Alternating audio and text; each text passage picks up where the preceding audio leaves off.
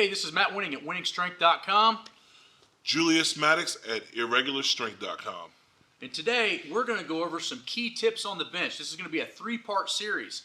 But we both agree that the biggest part of this series is going to be the first part, which is you got to have a big back to have a big bench. So today, we're going to go back and forth and show you some of our favorite back exercises and show you how we stabilize monster weights to bench press and also do it safely.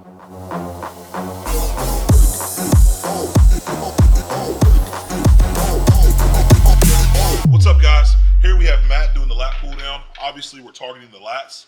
We want to stay in the rep range, me personally, from 12 to 16. Matt prefers to stay using time under tension. We like to switch it up with different angles whenever we're doing lat pull downs. So here he's going to the forehead. At times we'll bring it to the chest or to the chin. That way we hit all different angles of the back. So we got the upper back, the medial, and we have the rear delts. We have, again, the lat and upper traps. Now for a powerlifter, one of your biggest advantages is going to be not training your grip specifically, training it with other things. So as you can see, we're using a Wenning Strength fat bar with a reverse curl. Now this is going to make my hands work a lot harder to do a regular lat pull down because it's fatter. Now what do you think happens when I go down to a normal deadlift bar that's a lot thinner? My hand grip is insanely strong. So it's another way to do lat pull downs and add it in as a powerlifter. So if you're a bench only guy, you may not need that real fat handle all the time to do that kind of stuff. But if you're a powerlifter guy and you got a deadlift heavy, it might be advantageous to use fat handles on stuff. So that's a big change you're going to see there as well. Now the next exercise that I like to use is a reverse hyper reversed. So as you can see, he's laying backwards on the machine and using his upper body to lift the weight versus his legs.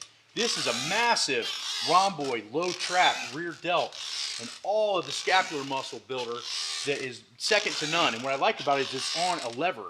So it really makes it hard at the top, which is unlike a cable, which is very similar both front and back. This gets hard as you pull up. Good. Woo, that was rough. Yeah. I like it. So here, this variation, a face pull with a band, a resistance band. So what we're doing is we're counteracting the pressure for the bench press. So to every push movement, you want to have two pull movements. That way, we have the opposite response with our back. So again, we're hitting our upper traps and our rear delts. Different than all the other exercises we just showed, we use as a resistance band. Now this resistance band is going to get harder and harder and harder as we pull it this way, which really makes your back work hard. You got to remember, you need a lot of environments for your muscles to change and grow. Bands are one way to create a new environment. So if you're using cables and regular weights very often, don't forget to use bands because a different environment can create new growth. Next exercise we're going to show is a cross body row. Now what I like about this is you're crossing the midline. So you can see the length of this pole is going all the way over here. It's very unlike a lot of back exercises that we traditionally do. But this really focuses the squeeze on the scapula. And what you guys got to understand is this first video we're shooting, we're building the back side of the body so it can stabilize the bench press. You can't stabilize it, the body won't let you do it. And that's where a lot of people create limiting factors, is that the back side of the body is not strong enough or stable enough to do it. Do you really think the brain's going to let the front part of the body do the exercise? The answer is no. And even if it does, it's very, very dangerous. So building this part up is going to be huge to not only benching big weights, but doing it safely for a long time. And we both know the statement that I'm used to saying all the time, the one that can bench the longest is the one that gets the strongest. Also, what we want to do is make sure that we keep our core engaged through the whole variation. So if you really want a big bench, we just showed you a handful of exercises that's going to help you get to that big bench.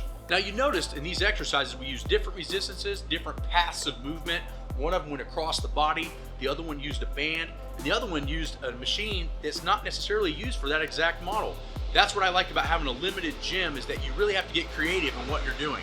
Now, if you want to see more, go to WenningStrength.com or go to IrregularStrength.com, and we're going to put out some other crazy videos for YouTube for you guys to get better at your bench pressing and all your strength training needs.